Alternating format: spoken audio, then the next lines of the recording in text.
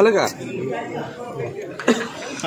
भैया, दुसऱ्यांदा तुमचा विजय होतो. या विजयाचे खरे शिल्पकार कोण आहेत आणि कोणाला तुम्ही याचं श्रेय देता? नाही, आदरणीय प्रामाणिकता, एकनिष्ठतेला मोठे साहेबांनी तिकीट दिले.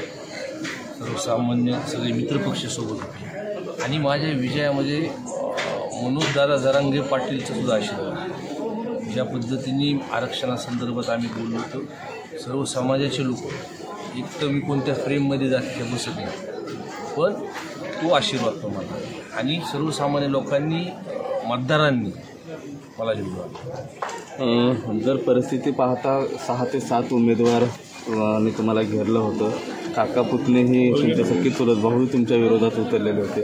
ह्या विजयाकडे कसं पाहता तुम्ही? कशा सुरुवातीपासून ह्या गोष्टीकडे मी लक्षच दिलं. ह्या 5 वर्षामध्ये ज्या पद्धतीने काम केलं रस्त्यावर लोकांपर्यंत, शेवटच्यापर्यंत आम्ही तिथं पोचलो आणि त्याच्यामुळं बघा एकीकडं समोर एवढी मोठी ताकद असतात आणि आम्ही सर्वजण इथं उभे आहेत, सगळे तरुण मुलं आहोत आणि मॅनेजमेंटचं जे जिल्ह्यामध्ये राजकारण चालतं ते बिलकुल चाललं नाही.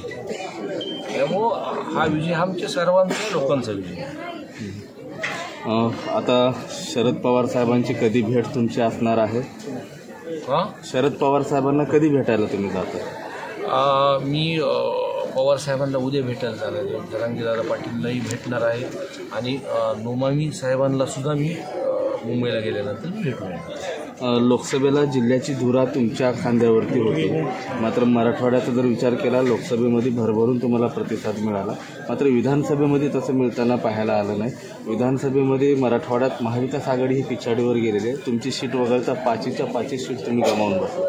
काय गणित माझ्या लक्षात आलं नाही. ज्या सीट एकदम कन्फर्म होती आणि निवडणुकीमध्ये ज्या पद्धतीने जिल्ह्यामध्ये, महाराष्ट्रामध्ये उत्साह होता, म्हणजे मोठ्या साहेबांच्या सभेला लाखोंची गर्दी आणि अचानक काय नेमकं झालं काय ह्याच्यावरती जोपर्यंत आपण जिल्ह्याच्या बैठकी घेत नाही ह्याच्यावरती बोलणं उचित.